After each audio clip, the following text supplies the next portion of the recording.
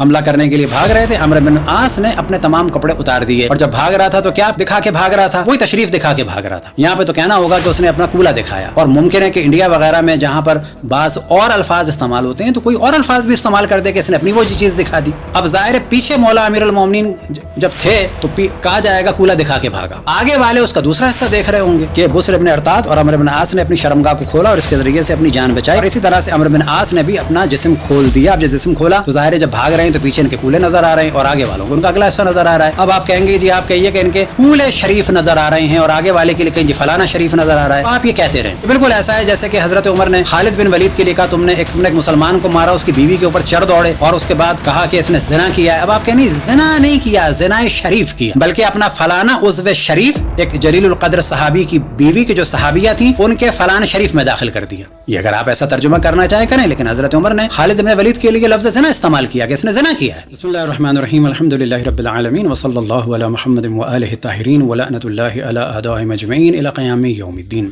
Social media پہ جتنے بھی افراد ہیں وہ جانتے ہیں کہ اس وقت پاکستان میں ایک بہت زیادہ ایشو چل رہا ہے، اور وہ ہے علامہ یاسین قادری صاحب کا مناظرہ ذوالفقار گیلانی کے ساتھ۔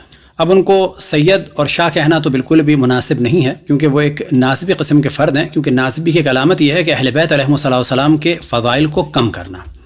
اب کیسے کوئی سید ہو سکتا ہے کہ جو اپنے آپ کو سید بھی کہے اور اپنے لیے فخر بھی سمجھے مولا امیر المؤمنین سے منسوب ہونا اور رسول اللہ صلی اللہ علیہ وسلم و جناب سیدہ سلام اللہ علیہ سے منسوب ہونا، اور پھر ان کے فضائل کو بھی چھپائے؟ تو اصل میں یہ موضوع یہاں سے شروع ہوا کہ جب کتاب لکھی علامہ یاسین قادری صاحب نے افضلیت مولا امیر المؤمنین علیہ الصلوۃ والسلام میں، تو ان صاحب کو کہ جو اپنے آپ کو سنی کہتے ہیں لیکن در حقیقت ایک ناسبی مزاج کے ہیں، نام تو اپنا کہتے ہیں سید ذوالفقار شاہ گیلانی، لیکن در حقیقت یہ ذوالفقار تو نہیں ہے بلکہ سیف الشیطان ان کو ضرور کہا جا سکتا ہے، کیونکہ جو بھی مولا امیر المؤمنین کے خلاف اٹھے وہ قطعاً منافق ہے، کیونکہ رسول اللہ صلی اللہ علیہ وسلم نے ارشاد فرمایا یا علی لا يحبک الا مؤمن ولا يبغضک الا منافق۔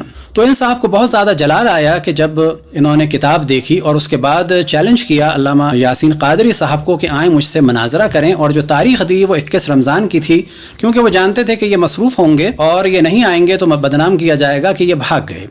پھر اس کے بعد بالآخر انہوں نے بڑا زور لگایا اویس ربانی صاحب کے پروگرام میں کہ مجھے آپ بلائیں اور ساتھ میں ان کو بلائیں اور مناظرہ کیا جائے۔ اب اگر دیکھا جائے تو یہ ذوالفقار صاحب تیاری کے ساتھ نہیں آئے اور نہ آیات قرآن اور نہ احادیث رسول اللہ صلی اللہ علیہ وسلم لے کے آئے، بلکہ ان کے مقابلے میں اقوال لا رہے تھے علماء کے کہ جی علماء کا اجماع ہے، فلانے عالم نے یہ کہا ہے۔ کچھ دن پہلے ان کا کلپ بھی دیکھا کہ جس میں یہ فرما رہے تھے کہ جی فلانا جو پیر تھا اس نے خانہ کعبہ کے سامنے جا کے کہا کہ خانہ کعبہ 70 دفعہ بھی توڑ دیا جائے، تو تقریباً اسی قسم کا جملہ تھا۔ اس سے زیادہ خطرناک یہ ہے کسی صحابی کی توہین۔ اور پوچھا جائے کہ اس پیر کے پاس یہ جملہ کہاں سے آیا، یہ کسی آیت کا تھا مفہوم یا کسی روایت سے تھا؟ کیوں اتنی شدت جو ہے کی جا رہی ہے اہل بیت علیہم السلام کے مقابلے میں؟ تو یہاں پر جب گفتگو آگے بڑھی تو یہ جواب نہ دے سکے، کیونکہ پہلے بھی ان کا پلان یہ تھا کہ یہ مشہور کیا جائے گا کہ علامہ یاسین قادری صاحب جو ہیں بھاگ گئے۔ اب بھاگنے کا تو نہ کہہ سکے تو انہوں نے توہین والا موضوع اٹھایا، اور یہ روش علماء اہل سنت کی بہت قدیم ہے۔ البتہ ہم یہ بتاتے چلیں کہ جب بھی ہم اہل سنت کہتے ہیں تو اس سے ہماری مراد علماء اہل سنت ہوتی ہے، ورنہ اہل سنت ہمارے بھائی ہیں، جان ہیں، ان کے قدم ہمارے سر آنکھوں پر ہیں، اور وہ رسول و آل رسول علیہم السلام کی وہ مظلوم بھیڑیں ہیں جو ان بھیڑیوں کے ہاتھ میں ہیں، کیونکہ علماء اہل سنت کی مثال اکثر کی ایسی ہے جیسے کہ علماء یہود و نصارہ جس طرح سے وہ رسول اللہ صلی اللہ علیہ وسلم کے فضائل و نبوت و رسالت کو اور ان کے مبعوث ہونے کی خبروں کو چھپاتے تھے، بالکل اسی طرح سے علماء اہل سنت اہل بیت علیہم السلام کے فضائل اور مناقب اور امامت اور خلافت کو جھٹلاتے ہیں۔ ہم یہ دیکھتے ہیں کہ ان پر تو تہمت لگا دی گئی علامہ یاسین قادری پہ کہ انہوں نے گستاخی کی۔ یہ سوال کہ پیدا ہوتا ہے کہ مولانا طارق جمیل صاحب نے کیا گستاخی کی تھی؟ انہوں نے تو اتنا ہی کہا تھا کہ مولا امیر المؤمنین کو مولا کہنا چاہیے، اور مولا بھی عنوان حاکم کے اور اولا بتصرف کے، یعنی اسی معنی میں کہ جو ہم شیعہ دعویٰ کرتے ہیں، لیکن ہم دیکھتے ہیں کہ ان کے خلاف کتنا محاذ بنایا۔ تو یہاں سے پتہ چلتا ہے کہ گستاخی کی تو فقط ایک آڑ ہے، اصل میں تو بغض مولا امیر المؤمنین علیہ الصلوۃ والسلام ہے کہ جو ان لوگوں کو ابھارتا ہے کسی بھی طریقے سے کوئی بھی فضائل اہل بیت علیہم السلام بیان نہ کرے۔ اب یہاں پر چند موضوعات ان کی علامہ یاسین قادری صاحب کے بارے میں ہم ڈسکس کریں کہ ظاہر ہے وہ اہل سنت ہیں، اویس ربانی صاحب بھی اہل سنت ہیں، لیکن یہ کہا جا سکتا ہے کہ یہ بلا شک دشمن مولا امیر المؤمنین نہیں ہیں، کیونکہ دشمن مولا امیر المؤمنین نہیں ہیں یعنی اس کا مطلب ہے کہ حلال زادے ہیں، اور نہ حیض کی اولاد ہیں اور نہ ہی منافق ہیں. یہ ان کی فضیلت ہے. اور بلا شک جو بھی دشمن مولا امیر المؤمنین ہے یا منافق ہے یا ولد الزنا ہے یا ولد الحیض ہے. تو اب یہ کہنا کہ یہ سنی نہیں ہے تو انہوں نے کبھی بھی نہیں کہا. یہ تہمتوں کا سلسلہ کہ جو اس وقت اویس ربانی صاحب اور اسی طریقے سے خصوصاً علامہ یاسین قادری کو کہا جا رہا ہے کہ رافضی اور شیعہ ہو گئے، تو یہ تہمتیں مثال کے طور پر بعض علماء اہل سنت پہ بھی لگائی گئیں. مثال کے طور پر خطیب خوارزمی پر لگائی گئیں کہ یہ شیعہ ہے، یا جناب حاکم نیشاپوری نے کیونکہ فضائل بیان کیے ان پر تہمت لگائی گئیں کہ یہ شیعہ ہیں، یا جناب علامہ قندوزی نے جب فضائل اہل بیت بیان کیے تو ان پر تہمتیں لگائی گئیں. اور آج کے دور میں جیسے مثال دے چکے ہیں کہ طارق جمیل صاحب نے جب مولا کہا تو ان پر ایک پورا محاذ کھڑا ہو گیا اور بہت سارے دیوبندیوں نے ان کو بالکل ہی اپنے سے لا تعلق قرار دیا. اور جب انہوں نے اپنے فرزند کے اللہ سبحانہ و تعالیٰ ان کے فرزند کے درجات کو بلند فرمائے، ان کو صبر جمیل عطا فرمائے طارق جمیل صاحب کو، اور اپنے فرزند کے جنازے پہ انہوں نے اہل بیت علیہم السلام کی مظلومیت کا ذکر کیا، شہادت امام حسین اور شہادت حضرت علی اکبر کا ذکر کیا، تو بہت سارے لوگوں کو برا لگا. تو یہاں پر ہم پہلے بتاتے چلیں کہ اہل سنت کو یہ چیز ہمیں کلیئر کرنی چاہیے کہ آپ اہل بیت علیہم السلام کو کیوں چھوڑتے ہیں. آپ اگر رسول اللہ صلی اللہ علیہ وسلم کو مانتے ہیں تو ان کے اہل بیت کو مانیں، اور یہ جان لیں کہ رسول اللہ صلی اللہ علیہ وسلم نے واجب قرار دیا تھا تمام صحابہ پر اطاعت اہل بیت کو، اور ارشاد فرمایا تھا نتارکم فیکم الثقلین کتاب اللہ و عترۃ اہل بیت ما ان تمسکتم بہما لن تضلوا ابدا حتی یرد علی الحوض. یہ حکم صرف ہمارے لیے نہیں تھا، ہم تو بعد میں آئے ہیں. جس وقت رسول اللہ صلی اللہ علیہ وسلم نے خطاب فرمایا تو ان کے جو مخاطب تھے یا جن سے رسول اللہ صلی اللہ علیہ وسلم مخاطب ہوئے وہ اصحاب تھے. یعنی ان سے آپ فرما رہے تھے کہ تم اگر ہدایت چاہتے ہو تو اہل بیت سے اور قرآن سے وابستہ رہو. لیکن ہم دیکھتے ہیں کہ اہل بیت علیہم السلام پر ظلم کیا گیا، اور تاریخ گواہ کبھی کسی نبی کی آل پر ایسا ظلم نہیں کیا گیا کہ جو سو کالڈ سب مسلمانوں نے اور اصحاب نے ظلم کیا آل رسول پر اور ان کے پورے خاندان کو ختم کر دیا. اور آپ دیکھیں کہ جس وقت مولا امیر المؤمنین علیہ السلام خلافت ظاہری میں آئے ہیں، پہلے ان کے حق کو غصب کیا گیا، پامال کیا گیا، جناب سیدہ کی شہادت ہوئی، لیکن جس وقت وہ خلافت ظاہری پر آئے تو کبھی ہم دیکھتے ہیں جناب عائشہ نے جنگ کر دی، کبھی معاویہ نے جنگ کر دی، اور بہت سارے اصحاب جو انہوں نے ساتھ چھوڑ دیا تھا، اور مولا امیر المومنین کو مدینہ چھوڑنا پڑا. اور کس طرح سے قتل عام کیا جناب عائشہ نے بصرہ میں اور مختلف علاقوں میں، اور جناب عائشہ سے جو جنگ ہوئی اس میں 10,000 سے 36,000 افراد مارے گئے، اور معاویہ نے جو مولا علی پر حملہ کیا اس میں 70,000 سے 1,10,000 کا فگر ہے. تو یہاں سے پتہ چلتا ہے کہ مولا امیر المؤمنین علیہ السلام کی کیسی مظلومیت ہے. اب ہم آتے ہیں اس موضوع پر کہ یہ ایک الزام لگایا گیا علامہ یاسین قادری پر کہ جو واقعاً خالص اہل سنت ہیں وہ کہ جو مولا امیر المؤمنین سے محبت کرتے ہیں، یعنی سنت رسول اللہ صلی اللہ علیہ وسلم پہ چلنے والے، کہ جو انہوں نے لفظ بھاگنا استعمال کیا. تو سب سے پہلے ہم اس آیت کے ضمن میں کہ جو جنگ احد میں بھاگنے والوں کے ضمن میں، تو ہم دیکھتے ہیں کہ علماء اہل سنت نے مختلف مکاتب کے کیا ترجمہ کیا ہے. تو سب سے پہلے آپ کے سامنے ہم ترجمہ پیش کرتے ہیں کنز الایمان کا، کہ جو ترجمہ ہے احمد رضا بریلوی کا، استصعدون ولا تلوون علی عہد والرسول یدعوکم فی اخراکم. یاد کرو جب تم بھاگے چلے جا رہے تھے، کسی کی طرف پلٹ کر دیکھنے تک کا ہوش تمہیں نہ تھا، اور رسول تمہارے پیچھے تم کو پکار رہا تھا. یعنی بلا شک ایک تاریخ کا سیاہ ترین باب ہے کہ رسول اللہ صلی اللہ علیہ وسلم کو یہ چھوڑ کے بھاگ گئے تھے، اور بھاگنے والوں کے لیے قرآن میں واضح ہے. اب لوگ کہتے ہیں جی اصحاب نہیں بھاگے، یا لفظ بھاگنا استعمال کرنا توہین ہے، تو یہ تو احمد رضا بریلوی نے استعمال کیا ہے لفظ بھاگنے کا. اب یہ بھی بتاتے چلیں کہ یہ جو بھاگنا تھا یہ دنیا کی لالچ میں تھا، اس کو بعد میں بیان کریں گے، کچھ مال کے لیے تھا، کچھ خوف کے عالم میں تھا.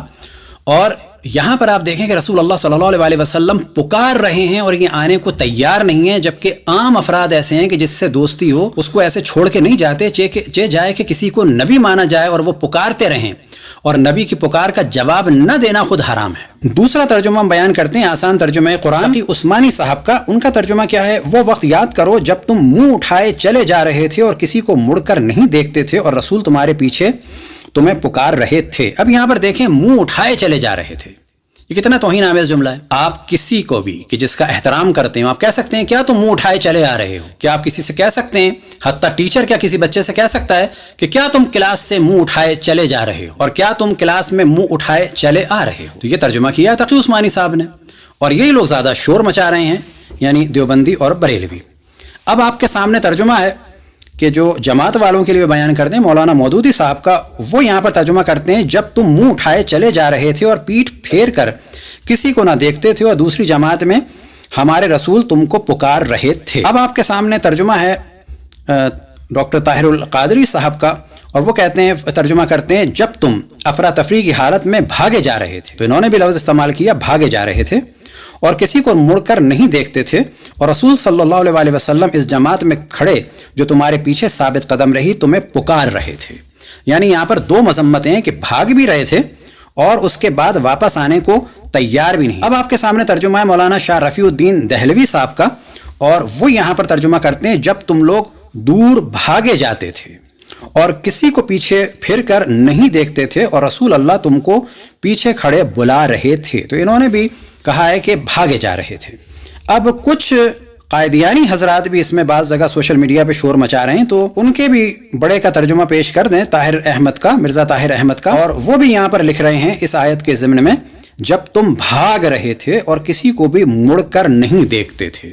وہ کہ اس ترجمے سے ہمارا کوئی بھی تعلق نہیں، لیکن صرف اس لیے کہ ثابت ہو جائے کہ جتنے بھی لوگ اہل سنت کے مختلف مکاتب ہیں یا ان سے جدا ہوئے، ان سب نے بھاگنا کہا ہے۔ اب علامہ یاسین قادری کے لیے کہنا کہ جی بھاگنا کہنے سے توہین ہو گئی، خصوصاً لوگ شور مچا رہے ہیں کہ جی حضرت عثمان کے لیے بھاگنا استعمال کیا، تو یہاں پر تو سب کے لیے لفظ استعمال کیا ہے بھاگنا۔ اب یہ لوگ کیوں بھاگے؟ تو سب سے پہلے ہم یہ بات کرتے ہیں، صحیح بخاری جلد نمبر 3 اور باب نمبر 102 اور حدیث نمبر ہے 2957، اور ہیڈنگ یہ ہے، باب البیعۃ فی الحرب علی ان لا یفروا وقال بعضهم علی الموت، دوران جنگ میں لڑائی سے نہ بھاگنے، اور بعض نے کہا موت پر بیعت لینا۔ تو یہاں پر یاد رکھیں کہ جو لوگ بھاگے تھے، انہوں نے رسول اللہ صلی اللہ علیہ وسلم کی بیعت توڑی تھی۔ یہ گناہگار لوگ تھے جو بھاگے تھے، یہ بغاوت کر کے بھاگے تھے۔ اب یہاں پر دو روایات ہیں، بیان کر دیتے ہیں۔ ایک عبداللہ ابن عمر سے بیان ہوئی کہ جس میں یہ سوال کیا گیا کہ سألنا نافعا علی ای شیء بايعهم علی الموت قال لا بايعهم علی الصبر۔ تو یہاں پر تو صبر اور استقامت کے لیے کہا گیا۔ عبداللہ ابن عمر نے کہا کہ روایت آپ کے سامنے بیان کر دیتے ہیں کہ آپ صلی اللہ علیہ وسلم نے صحابہ کرام سے کن امور پر بیعت لی تھی؟ کیا موت پر بیعت کی تھی؟ انہوں نے فرمایا موت پر نہیں بلکہ صبر اور استقامت پر بیعت لی تھی۔ صبر اور استقامت کی کیا معنی ہوئے؟ کہ ہم آخر تک ساتھ رہیں گے، اور گھوم پھر کے نتیجہ نکلتا ہے یعنی مر جائیں گے یا زندہ رہیں گے، بھاگیں گے نہیں۔ تو بیعت توڑ کے بھاگے تھے جو بھی بھاگے تھے۔ اس کے بعد اگلی روایت ہے 2959، تو روایت آپ کو پڑھ کے سنا دیتے ہیں کہ حضرت حنظلہ کا بیٹا لوگوں سے موت پر بیعت لے رہا تھا، تو حضرت عبداللہ بن زید نے کہا کہ میں رسول اللہ کے بعد کسی سے اس پر بیعت نہیں کروں گا۔ یعنی رسول اللہ صلی اللہ علیہ وسلم جو بیعت لیتے تھے وہ اس بات پر ہوتی تھی کہ تم آخر وقت تک ساتھ رہو گے۔ اب یہ کیوں بھاگے تھے تو یہ بھی بیان کر دیں۔ صحیح بخاری جلد نمبر 5 اور حدیث نمبر ہے 4043، اور یہاں پر یہ ہے الغنیمت الغنیمہ، یعنی جب ان لوگوں نے دیکھا کہ لوگ مال غنیمت جمع کر رہے ہیں، ان کی سب کی نیتیں خراب ہو گئیں۔ میں نے دیکھا کہ ان کی عورتیں پہاڑیوں پر بڑی تیزی کے ساتھ بھاگی جا رہی تھیں، پنڈلیوں سے اوپر کپڑے اٹھائے ہوئے، جس سے ان کے پازیب دکھائی دے رہے تھے۔ حضرت عبداللہ بن جبیر کے تیر انداز ساتھی کہنے لگے کہ غنیمت غنیمت، یعنی حضرت جابر بن عبداللہ کے والد یہاں شہید ہو گئے تھے۔ وہ فرماتے ہیں کہ جب ان لوگوں نے عورتوں کو بھاگتے ہوئے دیکھا، ان کی پنڈلیوں کو دیکھا اور ان کی پنڈلیوں میں پازیب دیکھے، ان کی نیت خراب ہو گئی۔ اب آپ کہیں گے جی یہ تو قرآن کے خلاف ہے، کیونکہ عام طور پہ کہا جاتا ہے نہیں ہے، بالکل سورہ جمعہ کے مطابق ہے کہ سورہ جمعہ میں واضح ارشاد خداوند تبارک و تعالی ہے وَذَرَوْا تِجَارَةً لَهْوًا انفضوا إِلَيْهَا وَتَرَكُوكَ قَائِمًا قُلْ مَا عِندَ اللَّهِ خَيْرٌ مِّنَ اللَّهْوِ وَمِنَ التِّجَارَةِ وَاللَّهُ خَيْرُ الرَّازِقِينَ، کہ جب رسول اللہ صلی اللہ علیہ وسلم کے ساتھ جو لوگ ہوتے تھے لہو و لعب کو دیکھتے تھے، تجارت کو دیکھتے تھے، تو باغ دوڑ کے ان کو چھوڑ دیتے تھے، وَتَرَكُوكَ قَائِمًا، یعنی ان کو تنہا چھوڑ کے بھاگ جاتے تھے۔